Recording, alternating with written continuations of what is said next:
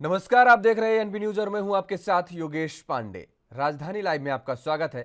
दिल्ली के हिंसा प्रभावित जहांगीरपुरी के सी ब्लॉक में स्थानीय शांति समिति के प्रतिनिधियों ने शुक्रवार को क्षेत्र में शांति व सद्भाव की अपील की है। इस दौरान दोनों समुदायों के लोग एक दूसरे से गले मिले और दोबारा ऐसी घटनाएं ना हो, यह सुनिश्चित करने का संकल्प भी लिया। कुशल चौक में संवाददाता सम्मेलन के दौरान मौजूद स्थानीय लोगों ने कहा कि रविवार को भाईचारे का प्रतिनिधित्व करने के लिए इलाके में तिरंगा यात्रा भी निकाली जाएगी। मुस्लिम समुदाय के एक प्रतिनिधि ने कहा, हम सद्भाव से रहना चाहते हैं। हम यह सुनिश्चित करेंगे कि ऐसी घटनाएं दोबारा ना घटित हों। हम पुलिस से बल और बैरिकेडिंग कम करने का अनुरोध भी करते हैं। हिंदू समुदाय के एक स्थानीय निवासी और रेजिडेंट वेलफेयर एसोसिएशन के अध्यक्ष ने कहा, हिंसा की घटना वास्तव में चिंताजनक है। कृपया अफवाहों पर विश्वास न करें। यहां पहली बार सांप्रदायिक झड़पें हुई हैं। हमें यह सुनिश्चित करना चाहिए कि ऐसी घटना दोबारा न घटित हो।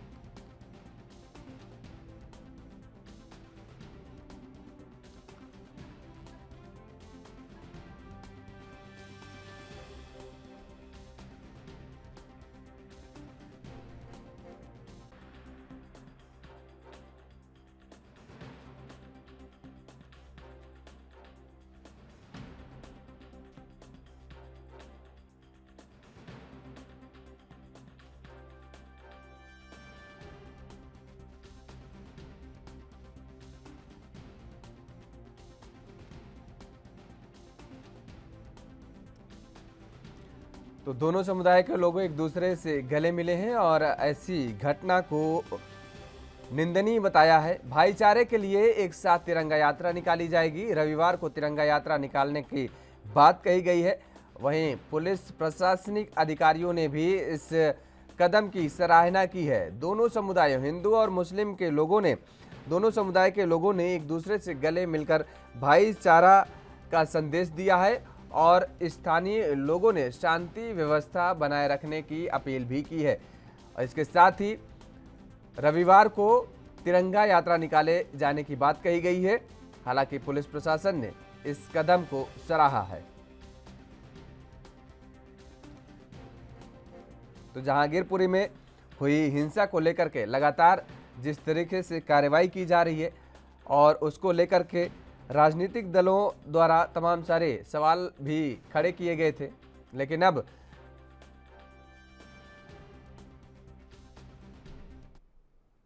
और इसी खबर पर ज्यादा जानकारी के साथ हमारे संवाददाता दिल्ली से राजीव तिवारी जुड़ चुके हैं। राजीव, क्या कुछ अपडेट है? क्योंकि जहांगीरपुरी का मामला अगर जिक्र करें तो लगातार राजनीतिक दलों द्वारा जो बयानबाजी जारी थी, अब इस बीच वहां के जो स्थानीय लोग हैं, दोनों समुदाय के लोग, वो चाहे हिंदू का जिक्र करें या मुस्लिम लोगों का जिक्र करें, दोनों समुदाय के लोगों ने शांति व्यवस्था बनाए रखने की अपील की है और साथ ही रविवार को तिरंगा यात्रा भी निकालने का जिक्र किया है। क्या कुछ अपडेट है?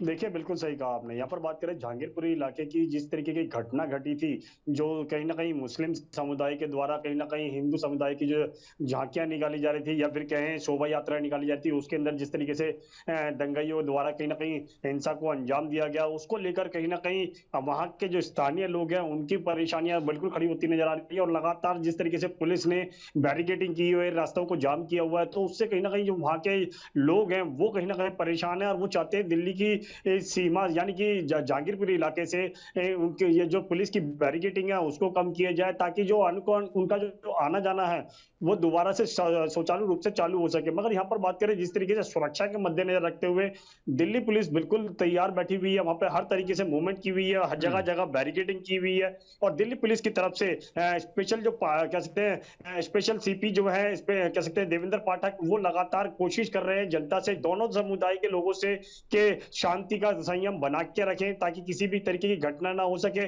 मगर उसी को लेकर जो दोनों समुदाय के लोग हैं, मुस्लिम समुदाय की बात करें या फिर हिंदू समुदाय की बात करें, दोनों ही तरफों से अब शांति का संदेश देने की कोशिश भी की जा रही है। ये भी कोशिश की जा रही है कि जो घटना घटी है वो फ्यूचर में दोबारा से ना घट सके और इसी को लेकर एक रविवार को शाम को तिरंगा यात्रा निकालने के लिए कोशिश की गई है और यहां तक कि इस कदम को दिल्ली पुलिस के द्वारा सराहा भी गया है। मगर अभी तक दिल्ली पुलिस के द्वारा इसकी परमिशन नहीं दी गई है। मगर जैसे ही ये कह सकते हैं आज का दिन शायद जो स्पेशल सीपी हैं वो शायद इसकी परमिशन दे सकते हैं, मगर ये सारी जो कह सकते हैं तिरंगा यात्रा निकाली जाएगी, ये दिल्ली पुलिस की निगरानी के द्वारा ही निकाली जाएगी। जी।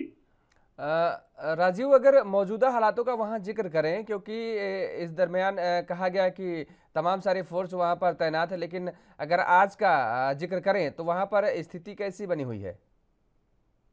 देखिए, बिल्कुल सही कहा बात। यहाँ पर बात करें दिल्ली पुलिस की सुरक्षा की, दिल्ली पुलिस जिस तरीके से ने बैरिकेडिंग की हुई है, जिस तरीके से दिल्ली पुलिस के साथ-साथ और भी जवान लगाए गए हैं, वो लेकर लगातार सुरक्षा बिल्कुल बनाई हुई है। लगातार जहांगीरपुरी इलाके के जिस इलाके के अंदर ये घटना घटी थी, उस इलाके को बिल्कुल बैरिकेडिंग किया हुआ है। जगह हर रास्ते पर पुलिस तैनात है, हर रास्ते पर आने-जाने वाले की चेकिंग की जा रही है कि भाई कौन व्यक्ति कहाँ का है। अगर मीडिया वाले भी हैं, तो उनका भी आई कार्ड देखा जाता है। मगर यहाँ पर बात करें सुरक्षा को लेकर और या फिर कहें स्थानीय लोगों को लेकर जो उनके मन में डर बना हुआ है, उस डर को खत्म करने के लिए दिल्ली पुलिस लगातार तैयार बैठी हुई है। लगातार दिल्ली हम्म। पुलिस की तरफ से अपील भी की जा रही है कि दिल्ली पुलिस के होते हुए आप लोगों को घबराने की जरूरत नहीं है। मगर जिस तरीके से अब तिरंगा यात्रा की बात की जा रही है और तिरंगा यात्रा को लेकर कल बैठक भी की गई थी शाम को, मगर जिस तरीके से दोनों समुदाय के लोग जो है वो कहीं ना कहीं शांति का संयम देना चाहते हैं, शांति का संदेश देना चाहते हैं। और दिल्ली पुलिस के जो कदम है, यानी कि दिल्ली पुलिस की तरफ से ये कहा जा रहा था कि हम दोनों तरफों से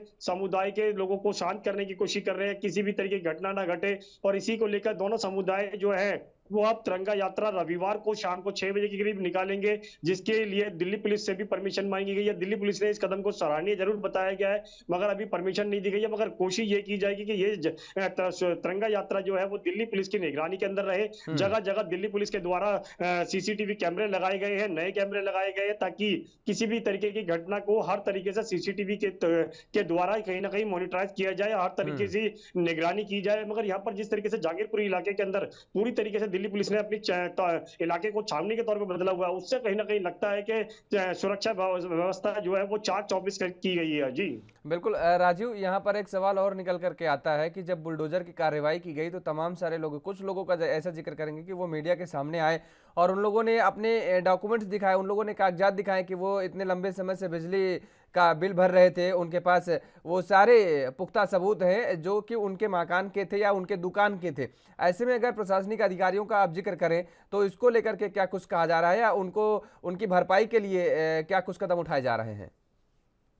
देखिए, बिल्कुल सही कहा आपने। यहाँ पर बात करें स्थानीय लोगों की और जिस द्वारा बुलडोजर के द्वारा जो उनके कह सकते हैं उनको तोड़ा गया, यहाँ तक कि यूं कहे कि फुटपाथ को खाली कराने के लिए जो फुट एमसीडी की तरफ से कहा गया कि अतिक्रमण को हटाया जा रहा है। मगर जो लोग ये कह रहे थे कि हमारे पास सारे डॉक्यूमेंट्स हैं, बिजली के बिल हैं, यानी कि हर तरीके से गवर्नमेंट के रूल के हिसाब से चल रहे हैं और उनकी कोई भी संपत्ति या फिर कहे कोई भी जगह जो है वो इलीगल नहीं है, उनके पास डॉक्यूमेंट जरूर है, मगर वो डॉक्यूमेंट्स एमसीडी को पेश करने होंगे। और एमसीडी जो है वो कहीं ना कहीं सुप्रीम कोर्ट के अंदर भी अपना हलफनामा देगी कि बुलडोजर की कार्रवाई जो है वो किस तरीके की गई थी। मगर यहाँ पर बात करें जिस तरीके से एमसीडी की तरफ से और भाजपा की तरफ से, दोनों ही तरफों से ये स्पष्ट किया गया कि ये जहांगीरपुरी इलाके के अंदर पहली घटना नहीं थी जिसको कह सकते हैं बुलडोजर द्वारा कहीं ना कहीं खाली कराने की कोशिश की गई। ये 7वीं घटना बताई गई थी, यानी कि 7वीं बार कार्रवाई की गई थी एमसीडी की तरफ से। मगर जिस तरीके से मनोज तिवारी की बात करें या फिर राजनीति नेताओं की बात करें, हम्म। उसकी उनकी तरफ से बिल्कुल कहा जा रहा है कि 2 हफ्ते बाद हम्म। दोबारा से कार्रवाई की जाएगी। अगर दोबारा से जरूरत पड़ती है तो बुलडोजर भी चलाया जाएगा।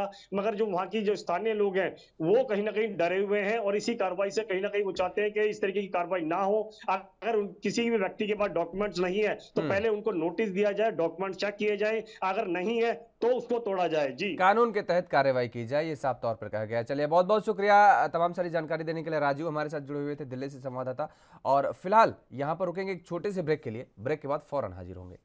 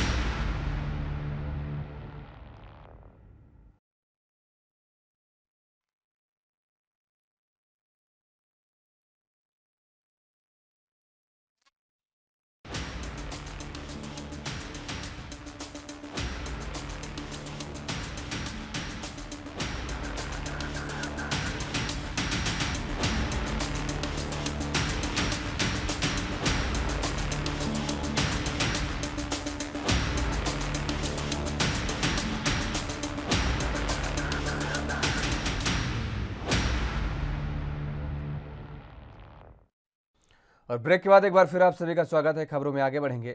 रुख करेंगे उत्तर प्रदेश का। उत्तर प्रदेश की गाजियाबाद जिले में बस हादसे के बाद मुख्यमंत्री योगी आदित्यनाथ सख्त नजर आ रहे हैं। सीएम ने इस मामले में दोषियों को सख्त कार्रवाई करने के आदेश भी दिए हैं और इसके साथ ही संबंधित परिवहन अधिकारी की भी जवाबदेही मांगी है।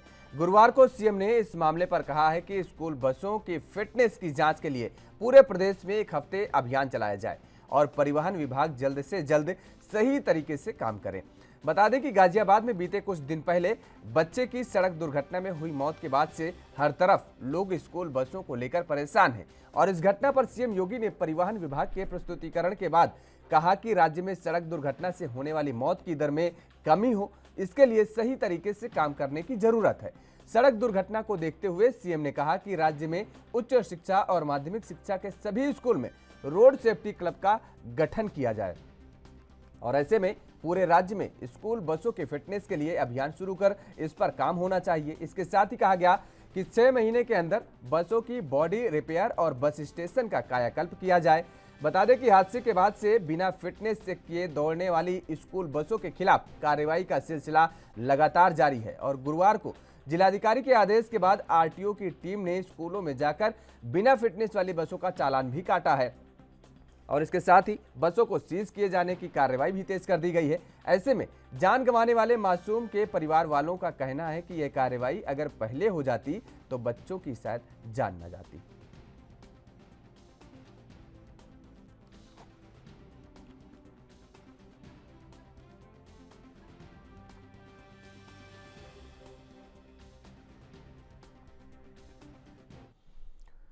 और इसी खबर पर ज्यादा जानकारी के साथ लखनऊ से हमारे संवाददाता जितेंद्र चौहान हमारे साथ जुड़ चुके हैं। जितेंद्र, जिस तरीके से गाजियाबाद का ये जो मामला है उसको लेकर के मुख्यमंत्री योगी आदित्यनाथ सख्त नजर आ रहे हैं और क्या कुछ अधिकारियों को सख्त निर्देश दिए गए हैं इसके साथ ही? देखिए योगेश, गाजियाबाद में जिस तरह से स्कूली बच्चे की दुर्घटना के कारण मौत हुई है वो कहीं ना कहीं एक दुखद है और साफ तौर पर इस पर उत्तर प्रदेश के मुख्यमंत्री योगी आदित्यनाथ ने संज्ञान भी लिया और साफ तौर पर निर्देशित भी किया है। और अब स्कूल जो बसें हैं, जो परिवार हैं, उनको कहीं ना कहीं रोड सेफ्टी क्लब को गठन करके और उनको कहीं बिना फिटनेस की जो गाड़ियां हैं उनको चालान किया जाएगा, उनको सीज करने का काम किया जाएगा और साथ ही साथ दुर्घटना पे रोक सकती है। इससे पहले परिवहन विभाग कहीं ना कहीं पूरी तैयारी मुख्यमंत्री योगी आदित्यनाथ के आदेश पर निर्देश किया गया। मुख्यमंत्री ने कहा कि अभियान चलाकर स्कूल बसों का फिटनेस देखा जाए और जो अनफिट है उनका चालान किया जाए, उन पर कार्रवाई करने का काम किया जाए, क्योंकि मानकों के अनुरूप विद्यालय जो होते हैं वो कहीं ना कहीं स्कूल बस चलाते हैं और उसके कहा जा सकता है कि उनमें मानक भी नहीं पूरे होते। कि जिस तरह से गाजियाबाद में हादसा हुआ वो कहीं ना कहीं उसमें कई खामियां नजर आई, उसमें खामियां नजर आई। उसमें सीट बेल्ट नहीं थी स्कूल सीटों में और जो आग बुझाने के फायर सेफ्टी वो होते हैं वो नहीं था। साथ ही साथ एक खिड़कियों के बाहर रॉड निकला होता है वो नहीं था। साथ ही साथ जो कंडक्टर है वो बच्चों पे ध्यान नहीं दे रहा था। तो इस तरह की तमाम खामियां थी उस गाजियाबाद की बस में और साफ तौर पे कहा जा सकता है कि मुख्यमंत्री योगी आदित्यनाथ के निर्देश के बाद स्कूल में रोड सेफ्टी क्लब का गठन करने के कहा गया है। सड़क दुर्घटना को देखते हुए सीएम ने राज्य उच्च शिक्षा माध्यमिक शिक्षा के स्कूल के रोड सेफ्टी क्लब का गठन करने को कहा गया है। ऐसे में पूरे राज्य में स्कूल बसों की फिटनेस के लिए अभियान चलाने के लिए कहा गया है। साथ ही साथ इस पर काम होना चाहिए, ऐसा भी मुख्यमंत्री योगी आदित्यनाथ ने कहा है और कहा है कि 6 महीने के अंदर बसों की बॉडी रिपेयर व स्टेशन को कायाकल्प करने का निर्देश भी दिया गया है और फिटनेस वाली बसों को जिनकी फिटनेस नहीं है उनको नहीं कहीं ना कहीं उन पर चालान किया जाए और हादसे के बाद फिटनेस के लिए दौड़ने वाले स्कूल बसों के खिलाफ कार्रवाई कहीं ना कहीं की जाएगी जिनका फिटनेस नहीं होता है और साफ तौर पे वो मनमाने तरीके से स्कूल बस चला रहे थे, उस पर कहीं ना कहीं कार्रवाई करने के लिए मुख्यमंत्री योगी आदित्यनाथ ने निर्देश दिया है और प्रेजेंटेशन के दौरान भी कहा है कि बिना फिटनेस की कोई भी गाड़ी को बर्दाश्त नहीं किया जाएगा, उन पर कार्रवाई की जाए। एक हफ्ता पूरा अभियान चलाया जाए और अभियान के बाद जो स्कूल ऐसे मिलते हैं उनके खिलाफ कार्रवाई करने का काम भी किया। बिल्कुल जितेंद्र, आप हमारे साथ बने रहिए लगातार। फिलहाल रुकते हैं एक छोटे से ब्रेक के लिए और ब्रेक के बाद फौरन हाजिर होते हैं।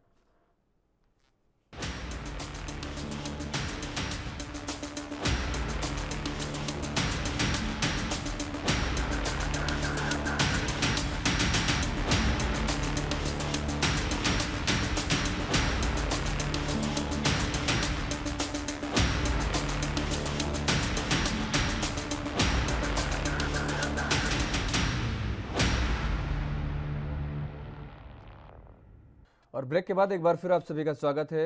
खबर में आगे बढ़ेंगे। हमारे साथ लगातार जितेंद्र चौहान बने हुए हैं लखनऊ से संवाददाता। जितेंद्र, जिस तरीके से मुख्यमंत्री योगी आदित्यनाथ ने बैठक की और बैठक के दौरान परिवहन विभाग को तमाम सारे सख्त निर्देश भी दिए गए हैं। परिवहन को उसमें देखा गया है कि जो अगर दूर दराज के स्कूलों में देखा जाए, जिलों के स्कूलों में, राजधानी को छोड़ दें, बड़े शहरों को, महानगरों को छोड़ दें, तो जो छोटे शहर हैं वहाँ पर ताबड़तोड़ गाड़ियां चलती हैं, उनकी कोई फिटनेस नहीं होती है, पैनिक बटन नहीं होती हैं, तमाम सारी खामियां रहती हैं। बावजूद इसके स्कूल प्रशासन उस पर ध्यान नहीं देता। परिवहन विभाग का अगर जिक्र करें तो वो भी ध्यान नहीं देता। उन पर कैसे लगाम लगेगी? देखिए, बिल्कुल जाहिर सी बात है, क्योंकि उत्तर प्रदेश की ये पहली घटना नहीं है गाजियाबाद में जब स्कूली छात्र के साथ या छात्राओं के साथ कुछ हुआ है। और कहीं ना कहीं ऐसी दुर्घटना उत्तर प्रदेश में पहले भी हो चुकी है। और साफ तौर पे कहा जा सकता है कि जिस तरह से महानगरों को छोड़कर, बड़े शहरों को छोड़कर छोटे क्षेत्रों में जो डग्गा मार कह सकते हैं बसें और परिवहन चल रहे हैं, वो कहीं ना कहीं इसमें किसी प्रकार की फिटनेस नहीं है।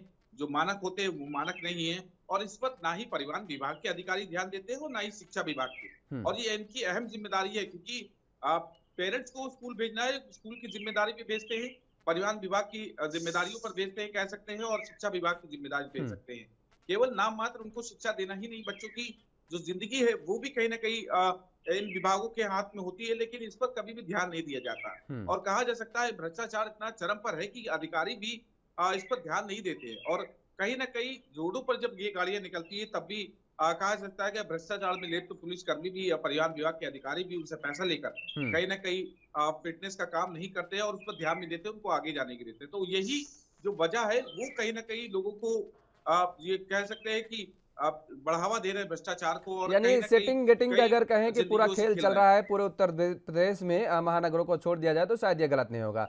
चलिए, बहुत बहुत शुक्रिया तमाम सारी जानकारी देने के लिए। जितेंद्र हमारे साथ जुड़े हुए थे लखनऊ से, तो जिन्होंने तमाम सारी जानकारी दी कि किस तरीके से मुख्यमंत्री योगी आदित्यनाथ अब सख्ती बरतते नजर आ रहे हैं। और रुख करेंगे अब अगली खबर का। कांग्रेस के नए पंजाब प्रदेश प्रधान अमरिंदर सिंह राजा वडिंग का ताजपोशी समारोह अनुशासनहीनता से अछूता नहीं रहा। वडिंग के बुलावे पर पूर्व प्रधान नवजोत सिंह सिद्धू कांग्रेस भवन तो पहुंचे, लेकिन उन्होंने पदभार ग्रहण समारोह में हिस्सा नहीं लिया। बता दें कि नवजोत सिंह सिद्धू तय समय से पहले ही कांग्रेस भवन पहुंचे और फिर चले गए। बाद में वह वापस आए और उन्होंने वडिंग को प्रदेश प्रधान बनने पर अपनी शुभकामनाएं भी दी, गले मिले और कांग्रेस भवन से चले गए। ऐसा तब हुआ जब कांग्रेस की समूची लीडरशिप और कांग्रेस के प्रदेश प्रभारी हरीश चौधरी भी कांग्रेस भवन में ही मौजूद रहे।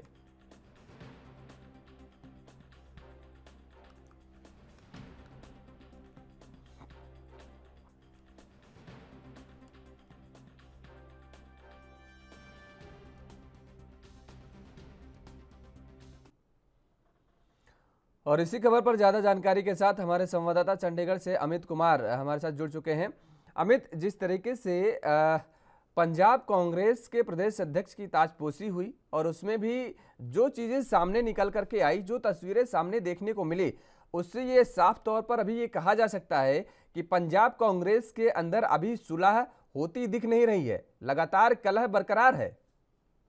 जी बिल्कुल, देखिए अगर हम कहें कि इंटरनल फाइटिंग अभी भी नजर आ रही है, इसके हम दो सीधे एग्जांपल देख सकते हैं कि पूर्व प्रधान नवजोत सिंह सिद्धू वहां पहुंचे। अगर हम कहें कि राजा अमरिंदर सिंह वडिंग की ताजपोशी के लिए वो वहां पे पहुंचे थे, पर वो फंक्शन अटेंड नहीं करके आए। वो गेट पे पहुंचे, गेट पे उन्होंने राजा वडिंग से मुलाकात की, उनको झप्पी पाई, उनसे बातचीत की, उनको बधाई दी, पर वो प्रोग्राम के अंदर नहीं गए, प्रोग्राम में शामिल हुए और वहीं से मुड़ गए। वहीं दूसरी तरफ सुनील जाखड़ प्रोग्राम में नहीं पहुंचे। अगर हम सीधे तौर पे कहें कि जब राजा वडिंग से इसके बारे में पूछा गया तो उन्होंने सीधे तौर पे कह दिया कि हम उनसे फोन पे बात हुई थी, उन्होंने उनको बधाई दी, पर वो आज के कार्यक्रम में नहीं आए। इसको लेके कोई मैसेज कन्वे नहीं हो पाया। तो कहीं ना कहीं दो धड़ेबंदी सीधे तौर पे नजर आ रही है। एक तरफ जहां पे नए प्रधान राजा वडिंग लगातार कोशिश कर रहे हैं, सबसे मुलाकात कर रहे हैं और पार्टी को एक नया ओवरऑल देने की कोशिश कर रहे हैं कि पार्टी एक नए एंगल से नजर आए या फिर एक नया रूप लेके सामने आए। उस नए रूप में अगर हम कहेंगे उनकी ताजपोशी पे पूर्व मुख्यमंत्री चरणजीत चन्नी पहुंचे थे, पंजाब कांग्रेस के इंचार्ज हरीश चौधरी भी वहां पहुंचे थे और सब सीधे तौर पर देखते थे वो सपोर्ट करते हुए नजर आ रहे हैं उन्हें। पर वहीं अगर हम कहें कि नवजोत सिंह सिद्धू अपना अलग ही धड़ा अपना के नजर आ रहे हैं। अगर हम बात करें कि परसों ताजपोशी से एक दिन पहले वो पंजाब के राज्यपाल बनवारीलाल पुरोहित से अकेले मिलकर आए। उनके साथ उनके अपने, अगर हम कह सकते हैं कि जो उनके थड़े के लोग हैं वो उनके साथ थे, पार्टी से निष्कासित लोग भी उनके साथ शामिल थे, तो कहीं ना कहीं इसके ऊपर नवजोत सिंह सिद्धू अलग ही चलते हुए नजर आ रहे हैं। तो सवाल ये है कि क्या पार्टी इसके ऊपर एक्शन लेगी? जब राजा वड़िंग से इसके ऊपर पूछा गया तो उन्होंने बोला कि कांग्रेस हाईकमान इसके ऊपर जल्दी एक्शन ले सकते हैं, पर सवाल ये है कि इतने लंबे समय से हाईकमान ने एक्शन नहीं लिया, तो हाईकमान एक्शन कब लेगी, ये एक बड़ा सवाल है। पर राजा वड़िंग ये जरूर कहते हुए नजर आए कि कल से जब से उन्होंने ओहदा संभाल लिया ऑफिशियल तरीके से, तो पार्टी में जो इंडिसिप्लिन की घटनाएं हैं वो जरूर खत्म हो करते हुए नजर आएंगे। पर सवाल यह है कि क्या ये सिर्फ बातें रह जाएंगी या पार्टी में एक्चुअल में इंडिसिप्लिन खत्म होगा या नहीं, ये हम्म। देखना होगा। बिल्कुल, चलिए बहुत बहुत शुक्रिया तमाम सारी जानकारी देने के लिए। अमित हमारे साथ जुड़े हुए थे चंडी से संवाददाता। तो जिस तरीके से चंडीगढ़ से संवाददाता हैं, उन्होंने बताया कि किस तरीके से कांग्रेस के अंदर अभी भी कलह लगातार देखने को मिल रही है। और रुक करेंगे अब अगली खबर का। विश्व की सबसे ताकतवर देश अमेरिका की सबसे बड़ी एजेंसी FBI की लीगल टीम ने इंदौर पुलिस को धन्यवाद दिया है। पुलिस कमिश्नर हरिनारायण चारी मिश्र से कमिश्नर कार्यालय में मुलाकात की। दरअसल इंदौर पुलिस को कुछ महीने पहले एक बड़ी सफलता हाथ लगी थी। ऑनलाइन ठगी के मामले में कुछ लोगों को गिरफ्तार किया गया था और उनसे पूछताछ पर करोड़ों रुपए की अमेरिकन नागरिक से ठगी के मामले का खुलासा हुआ था। इंदौर पुलिस ने अमेरिकन पुलिस FBI से संपर्क कर कई नागरिकों के पैसे वापस दिलाए और ऑनलाइन फ्रॉड ग्रुप पर बड़ी कार्रवाई भी की थी। अब पूरे मामले को लेकर इंदौर पुलिस और FBI के बीच लगातार संपर्क चल रहा था। तो वहीं इंदौर पुलिस के बेहतर कार्यों को लेकर FBI के लीगल अधिकारी इंदौर पहुंचे और पुलिस कमिश्नर के साथ करीब 1 घंटे तक FBI के लीगल हेड में चर्चा की। ऑनलाइन ठगी के इन्वेस्टिगेशन को लेकर भी चर्चा की गई और इसके साथ ही इंदौर पुलिस को धन्यवाद दिया।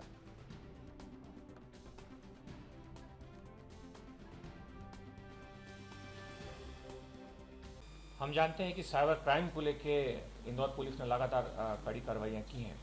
पिछले वर्ष एक शिकायत आई थी जिसमें पाया गया था कि कुछ लोगों के द्वारा एक बड़े पैमाने पर ठगी की जा रही है, और जब उसमें पता किया गया तो ज्ञात हुआ कि वो सारी की सारी जो ठगी थी एक ऐसे गिरोह के द्वारा की जा रही थी जो दूर देशों में बैठे बहुत सारे लोगों को शिकार बना रहे थे, और उसमें बुजुर्ग ज़्यादा थे।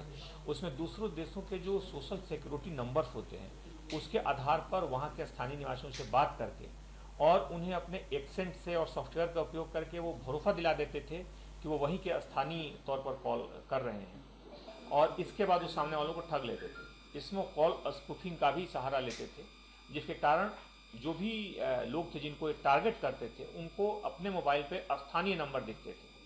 तो इस पूरे गैंग का इंदौर पुलिस ने खुलासा किया था, और इसमें बहुत सारे जो विक्टिम्स थे, जो पीड़ित थे, वो US से थे, और वहाँ पर उन लोगों के द्वारा इसमें आरोपियों को यहाँ गिरफ्तार किया गया। गिरफ्तार कर कार्रवाई की गई है। उसी के बारे में अभी एक बैठक थी, उसी के बारे में से जुड़े हुए मुद्दों पर इनकी टीम ने मुख्य तौर पर पुलिस को, मध्य प्रदेश पुलिस को इसमें बधाई भी दी इस गिरोह को पकड़ने के लिए। और इसी खबर पर ज़्यादा जानकारी के साथ गणेश तिवारी हमारे साथ जुड़ चुके हैं, हमारे संवाददाता। गणेश, जिस तरीके से इंदौर पुलिस का ये सराहनीय कदम देखने को मिला है, इंदौर पुलिस की सराहना की गई है, जो खुलासा किया है इंदौर पुलिस ने, ऐसे में लगातार जो कार्रवाइयाँ की जा रही हैं ताबड़तोड़ मध्य प्रदेश पुलिस की तरफ से कहेंगे, तो अब अमेरिका तक इसकी सराहना कर रहा है। ऐसे में अब क्या लगता है कि मध्य प्रदेश में जो कानून व्यवस्था कायम रखने का जिक्र किया जाता है, जो कानून व्यवस्था कायम रखने की बात कही जाती है सरकार की तरफ से, वो वास्तव में धरातल स्तर पर नजर आ रहा है? देखिए, निश्चित तौर पर योगेश आपने सही कहा है, क्योंकि अगर इंदौर की ही बात करें स्पेसिफिक, तो जब से इंदौर में पुलिस कमिश्नरी लागू हुआ है, पुलिस कमिश्नरी लागू होने के बाद पुलिस आयुक्त हरिनारायण चारी मिश्र के निर्देश पर यथावत पुलिस जो है लगातार जो लीड लोग है या जिनके साथ फ्रॉड होता है, जिनके साथ छल होता है या किसी तरह की आपकी घटना होती है, उनका लगातार पुलिस साथ दे रही है और जल्द से जल्द इस पर जो है निराकरण भी कर रही है। तो कहीं ना कहीं पुलिस की इस जो छवि है वो कहीं बनती दिख रही है।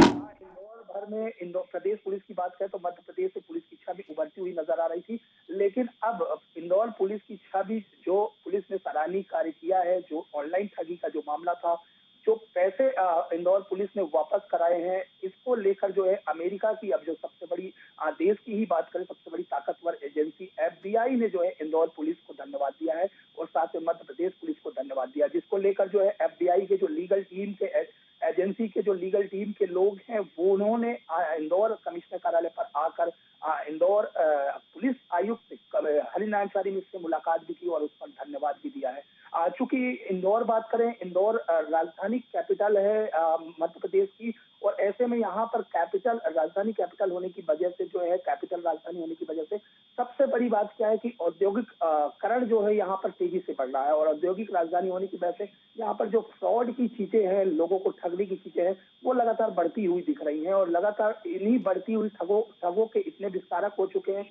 कि वो देश ही नहीं विदेश के लोगों को भी ठगने लग गए हैं। और इंदौर पुलिस ने ऐसी ही एक ठग गिरोह का जो है खुलासा अभी कुछ माह पहले ही किया था, जहां पर जो लोग करोड़ों रुपए की जो है ठगी जो है लोगों से करते थे, और वहां पर खुलासा करने के बाद जब पुलिस ने सख्त पूछताछ की थी, तो पूछताछ में ये बातें भी सामने आई थी कि जो ठग थे वो सिर्फ देश में या इंदौर में या पूरे अपने भारत देश में ही नहीं, विदेशों के लोगों को भी ठगते थे, जहां पर कई तरह तरह के सॉफ्टवेयर का यूज करके वहां के नागरिक अपने आप को बताकर, वहां के एसटीडी नंबर को दिखाकर और वहीं के लोगों को ठगते थे, ताकि लोगों को ये अंदाजा हो कि जो व्यक्ति उनसे बात कर रहा है वह उसी क्षेत्र का है, उसी देश का है, और वो एक दूसरे को जानते हैं। और इस तरह से करोड़ों रुपए की ठगी की थी, और जिसके बाद इंदौर पुलिस ने खुलासे के बाद जो है अमेरिकन नागरिकों के कई अमेरिकन नागरिकों को करोड़ों रुपए जो है वापस कराए थे, जिसके बाद पुलिस और एफबीआई टीम की लगातार जो है वार्तालाप चल रही थी, और जिसके बाद आज जो है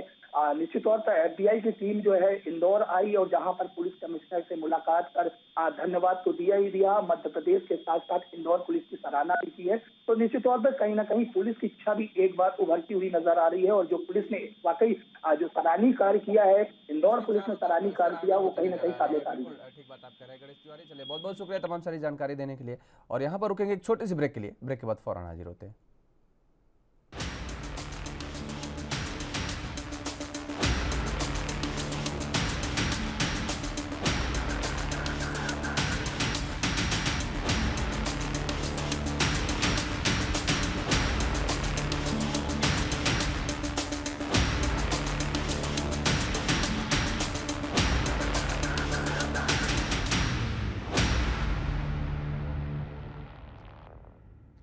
राजधानी लाइव में अब रुख करेंगे हिमाचल प्रदेश का। हिमाचल प्रदेश में इस साल विधानसभा चुनाव प्रस्तावित है। पंजाब में आपको मिली जीत के बाद आम आदमी पार्टी की नजर अब हिमाचल पर है, और ऐसे में आप आज कांगड़ा के चंबी मैदान में रैली करने जा रही है। आम आदमी पार्टी द्वारा दावा किया जा रहा है कि यह चुनावी रैली अब तक की सबसे ऐतिहासिक रैली होगी। आपके सभी कार्यकर्ता इस रैली को सफल बनाने में जुटे हुए हैं। आम आदमी पार्टी के हिमाचल मामलों के चुनाव प्रभारी एवं दिल्ली के स्वास्थ्य मंत्री सत्येंद्र जैन स्वयं रैली को लेकर की जा रही तैयारियों की समीक्षा की। आम आदमी पार्टी प्रमुख और दिल्ली के सीएम अरविंद केजरीवाल आज कुछ ही दिन बाद करीब 11:30 बजे के करीब कांगड़ा हवाई अड्डे पर पहुंचेंगे, और उसके बाद अरविंद केजरीवाल 12 बजे के करीब चंबी मैदान में पहुंचेंगे, जहां पर वह जनसभा को संबोधित करेंगे। जनसभा को संबोधित करने के बाद केजरीवाल के लिए चैट रूम में लंच की व्यवस्था भी की गई है, और इसके बाद करीब 4 बजे अरविंद केजरीवाल कांगड़ा हवाई अड्डे से वापस दिल्ली के लिए रवाना होंगे।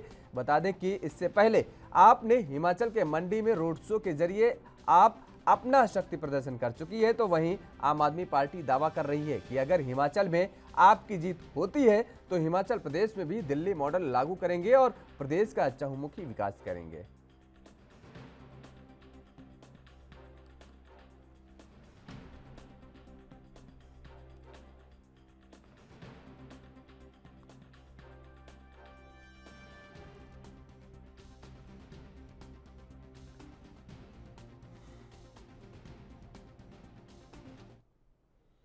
और इसी खबर पर ज्यादा जानकारी के साथ कांगड़ा से हमारे संवाददाता संजय अग्रवाल हमारे साथ जुड़ चुके हैं। संजय, जिस तरीके से आज ये आम आदमी पार्टी की जनसभा होने वाली है, दिल्ली के मुख्यमंत्री अरविंद केजरीवाल भी जनसभा में पहुंचेंगे और जनसभा को संबोधित करेंगे। अब हिमाचल प्रदेश में जो चुनाव होने हैं उसकी तैयारियों में आम आदमी पार्टी पूरी जोर शोर से लग गई है, और इस जनसभा को लेकर के क्या कुछ जानकारी है आपके पास? सर, मैं आपको बता दूं कि अरविंद केजरीवाल की जो ये रैली होने वाली है, आप आम आदमी पार्टी ने पूरा जोर लगा दिया हुआ है कि मंडी के बाद इस रैली को पूरी तरह से सफल बनाया जा सके, और आम आदमी पार्टी ने हिमाचल में अपनी सरकार बनाने के लिए पूरा जोर लगा दिया है। भाजपा और कांग्रेस पर वो ताबड़तोड़ हमले भी कर रही है, और किसी भी कीमत पर उनको वो अपने आगे झुकने नहीं दे रही है। बिल्कुल संजय, लेकिन इस दौरान जिस तरीके से आम आदमी पार्टी सक्रिय होती नजर आ रही है लगातार, इसके पहले भी दिल्ली के मुख्यमंत्री अरविंद केजरीवाल ने हिमाचल प्रदेश में रैली की थी, रोड शो किया था और उसको लेकर के तमाम सारे जो दावे किए जा रहे थे आम आदमी पार्टी की तरफ से, उन सारे दावों को खारिज किया गया भारतीय जनता पार्टी की तरफ से और भारतीय जनता पार्टी ने एक फ्लॉप रोड शो करार दिया था उसे। तो क्या लगता है कि आज की जो रैली होने वाली है, ऐतिहासिक रैली बताई जा रही है, इसमें आम आदमी पार्टी वो हुजूम जुटा पाएगी जिनकी परिकल्पना कर रही है आम आदमी पार्टी? मैं आपको एक बात बता दूं कि आम आदमी पार्टी में इस रैली को लेकर पूरा जोश है और भाजपा और कांग्रेस के तमाम कार्यकर्ता जो इनसे नाराज नेता चले हुए हैं बराबर इनके साथ जो आपको ज्वाइन कर रहे हैं और ये रैली को सफल बनाने के लिए इन्होंने पूरा जोर लगाया है। और जिस तरह से देखा जा रहा है कि इनमें जो पूरा जोश है, तो ये जो होने वाली रैली एक सफल रैली हो सकती है और आने वाले टाइम में कांग्रेस और भाजपा की और परेशानियां बढ़ सकती है। आम आदमी पार्टी जिस तरह से हिमाचल में सक्रिय हो चुकी है, अभी से देखा जा रहा है कि कांग्रेस और भाजपा की बेचैनियां अभी से बढ़ी हुई हैं। चलिए, बहुत बहुत शुक्रिया तमाम सारी जानकारी देने के लिए। संजय अग्रवाल हमारे साथ जुड़े हुए थे, कांग्रेस से संवाददाता, तो जिन्होंने बताया कि किस तरीके से आम आदमी पार्टी का दामन थाम रहे हैं भारतीय जनता पार्टी और कांग्रेस के नेता। ऐसे में कहीं ना कहीं जिस तरीके से सक्रियता आम आदमी पार्टी ने बनाए रखी है हिमाचल प्रदेश में, तो भारतीय जनता पार्टी की मुश्किलें और बेचैनी बढ़ने लाजमी है।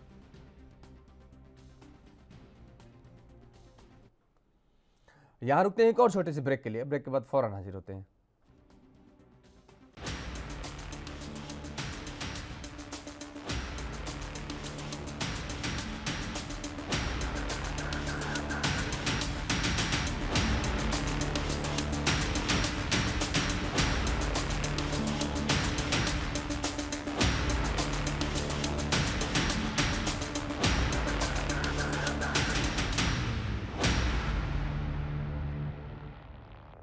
ब्रेक के बाद एक बार फिर आप सभी का स्वागत है। रुक करेंगे उत्तराखंड का। उत्तराखंड के मुख्यमंत्री पुष्कर सिंह धामी ने सचिवालय में ऊर्जा विभाग की बैठक ली और इस दौरान राज्य में अधिक बिजली कटौती पर गहरी नाराजगी व्यक्त करते हुए उन्होंने अधिकारियों को सख्त निर्देश दिए हैं कि जल्द से जल्द बिजली संकट की समस्या का समाधान ढूंढा जाए। और इस दौरान निर्देशित किया गया है कि सचिव ऊर्जा, यूपीसीएल, पेटकुल और यूजेवीएनएल अधिकारियों बिजली संकट की समस्या के समाधान के लिए क्या किया जा सकता है, इसकी रिपोर्ट शीघ्र मुख्यमंत्री और सचिव को दे।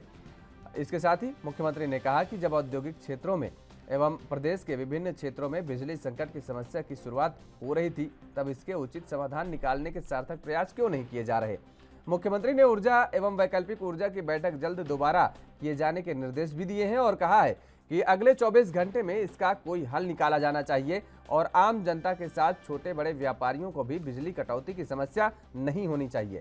हमारी जो योजना है वो भी सुचारू रूप से चले और अभी हम महंगी बिजली खरीद कर उपभोक्ताओं को सस्ती बिजली देने का काम कर रहे हैं। आगे अगर इसके लिए लेकर भारत सरकार से भी बात करने की जरूरत पड़ी तो हम बात करेंगे। मुख्यमंत्री पुष्कर सिंह धामी ने बातें कही।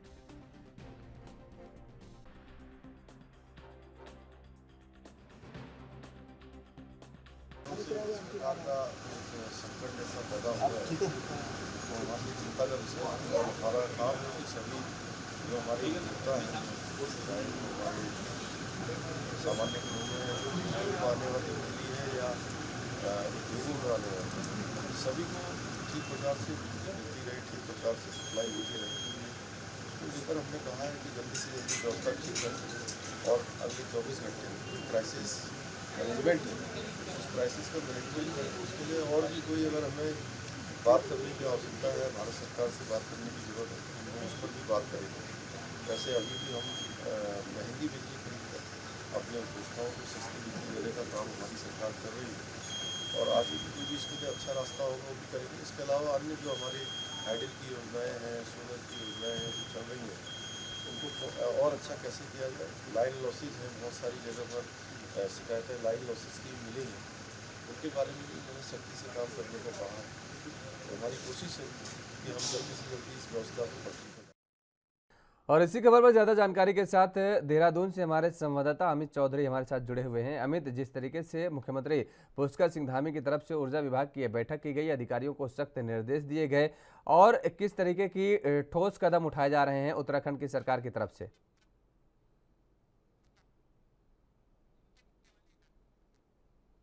अमित,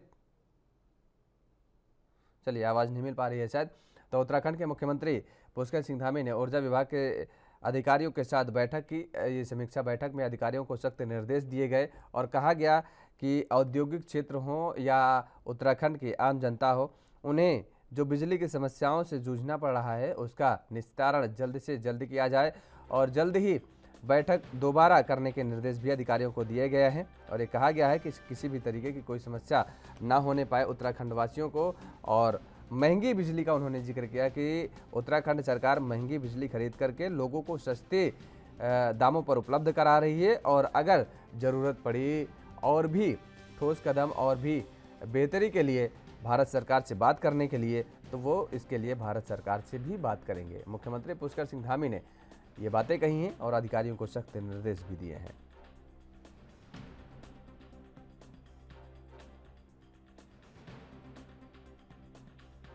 तो सीएम ने अधिकारियों को सख्त निर्देश दिए हैं। पुष्कर सिंह धामी ने ऊर्जा विभाग की एक बैठक की है। बैठक में अधिकारियों को सख्त निर्देश दिए हैं कि किसी भी तरीके की कोई समस्या ना आने पाए लोगों को।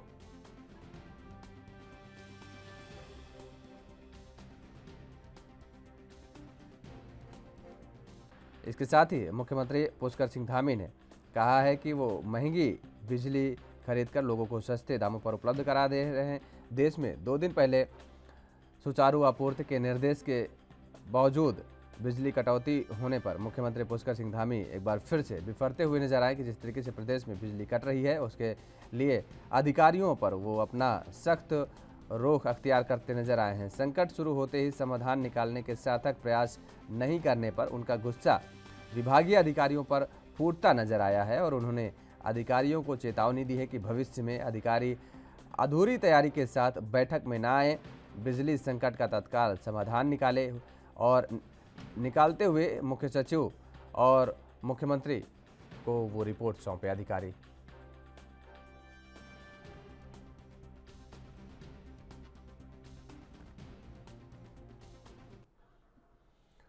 और उधर महाराष्ट्र के राजनीति में अब हनुमान चालीसा पढ़ने को लेकर विवाद बढ़ता ही जा रहा है। शुक्रवार को अमरावती से विधायक रवि राणा और उनकी पत्नी व सांसद नवनीत राणा मुंबई पहुंची और इस दंपति ने आज मुख्यमंत्री उद्धव ठाकरे के बांद्रा स्थित निजी आवास मातोश्री के सामने हनुमान चालीसा पढ़ने का ऐलान किया है, जिसको लेकर मुंबई पुलिस ने राणा दंपति को नोटिस जारी कर कहा है कि वे कानून व्यवस्था की स्थिति को बाधित न करें। हालांकि इसके बावजूद राणा दंपति मातोश्री के सामने हनुमान चालीसा पढ़ने को लेकर अड़े हुए हैं। उनका कहना है कि वे बिना कानून व्यवस्था को बिगाड़े अपने इस कार्यक्रम को पूरा करना चाहते हैं। राणा दंपति के इस फैसले से मुंबई का राजनीतिक माहौल गर्मा गया है। वहीं शिवसेना ने भी राणा दंपति को करारा जवाब देने का ऐलान कर दिया है। राणा दंपति के इस ऐलान के बाद मातोश्री के बाहर कड़ी सुरक्षा के पुख्ता इंतजाम कर दिए गए हैं। बड़ी संख्या में शिवसेना कार्यकर्ता का जमावड़ा भी देखा गया और इन सभी कार्यकर्ताओं ने मुख्यमंत्री ठाकरे के समर्थन में नारेबाजी भी की। पार्टी कार्यकर्ताओं ने साफ तौर से कहा कि अगर राणा दंपति यहां पहुंचते हैं तो उन्हें करारा जवाब दिया जाएगा। मातोश्री के बाहर पुलिस सुरक्षा को भी कड़ा कर दिया गया है। मुंबई पुलिस ने पिछली घटना से सबक लेते हुए राका अध्यक्ष शरद पवार के घर की भी सुरक्षा बढ़ा दी है। बता दें कि हाल ही में एसटी कामगारों ने पवार के घर पर हमला बोल दिया था।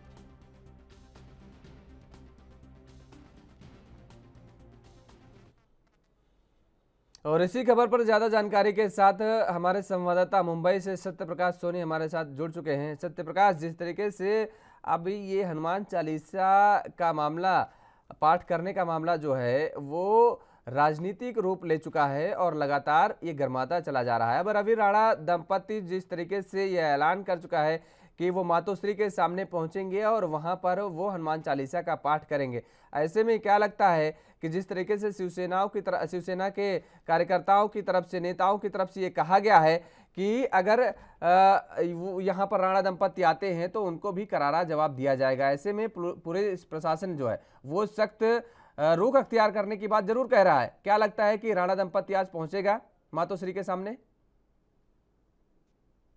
बिल्कुल योगेश जी, देखिए, विधायक राणा और उनके सहयोगी नवनीत राणा, सांसद और विधायक और साथ उनकी पत्नी ने जैसे ही मुंबई पहुंचे उन्होंने सीधे तौर पर ऐलान किया कि उद्धव ठाकरे के घर मातोश्री के बाहर हुआ जो है हनुमान चालीसा का पाठ करेंगे। इस दौरान अगर मुंबई पुलिस बीच आड़े आती है तो उससे निपटेंगे, लेकिन जैसे ही मुंबई पुलिस ने नवनीत राणा और रवि राणा को यह नोटिस दिया कि अगर आप इस तरह से कार्यक्रम करते हैं तो जाहिर तौर पर पुलिस एक्शन में होगी, लिहाजा नवनीत राणा ने सीधे तौर पे कहा है कि आने वाले समय में हम हनुमान चालीसा का पाठ करेंगे, लेकिन मुंबई पुलिस द्वारा बताई गई गाइडलाइन के अनुसार करेंगे।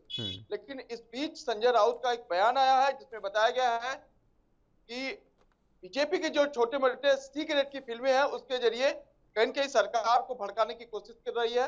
ऐसे में सरकार इस पूरे मामले से भड़कने वाली नहीं है। तो लगातार हनुमान चालीसा को लेकर कहीं न कहीं महाराष्ट्र में राजनीति गर्माती जा रही है। चलिए, आप हमारे साथ बने रहिए सत्य प्रकाश। यहाँ पर वक्त हो चला एक छोटे से ब्रेक का। ब्रेक के बाद फौरन हाजिर होते हैं।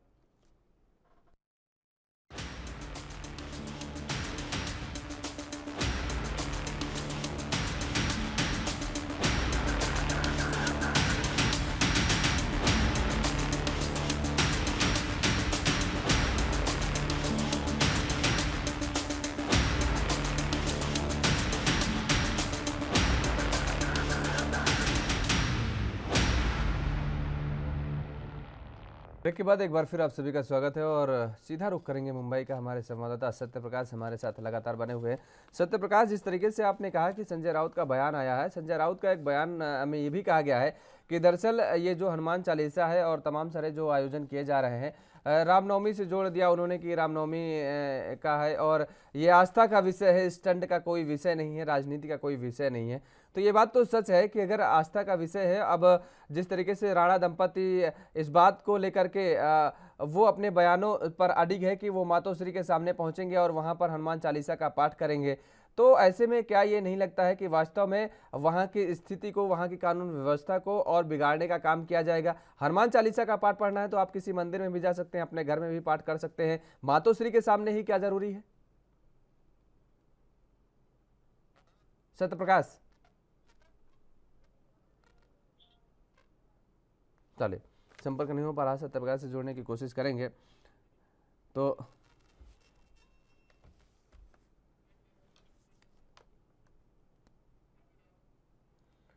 रुक करेंगे अब अगली खबर का। जम्मू के सुजवा मिलिट्री स्टेशन के पास सुजवा में हुए आतंकी हमले को डीजीपी दिलबाग सिंह ने पीएम नरेंद्र मोदी के दौरे से पहले गड़बड़ी फैलाने की साजिश बताया है। उन्होंने कहा है कि ऐसा प्रतीत होता है कि पीएम नरेंद्र मोदी के विजिट से पहले गड़बड़ी करने के लिए इस घटना को अंजाम दिया गया था। बता दें कि आतंकियों ने सीआईएसएफ की बस पर हमला कर दिया था और जिसमें एक जवान की मौत भी हो गई थी, जबकि 11 लोग घायल हो गए थे। इसके बाद सुरक्षा बलों की ओर से तत्काल एक्शन लिया गया और दोनों हमलावर आतंकियों को घेरकर मार गिराया गया। तो वहीं पीएम मोदी के दौरे से पहले इस हमले के बाद सुरक्षा एजेंसियां अलर्ट हो गई हैं। केंद्र शासित प्रदेश डीजीपी दिलबाग सिंह ने कहा कि जिस जगह पर यह आतंकी हमला हुआ वहां से महज 20 किलोमीटर दूर स्थित सांबा जिले की पाली में ही पीएम नरेंद्र मोदी रविवार को आने वाले हैं। हालांकि पुलिस अधिकारी ने इस बात को लेकर संतोष जताया है कि आतंकियों के हमले का तुरंत सुरक्षा बलों ने मुस्तैदी से जवाब दिया और उन्हें ढेर कर दिया। दिलबाग सिंह ने कहा कि ऐसा लगता है कि ये दोनों आतंकी आत्मघाती हमलावर थे। उन्होंने कहा कि हमारी रिपोर्ट्स के मुताबिक दोनों आतंकी जैश ए मोहम्मद के थे और पाकिस्तान के रहने वाले हैं।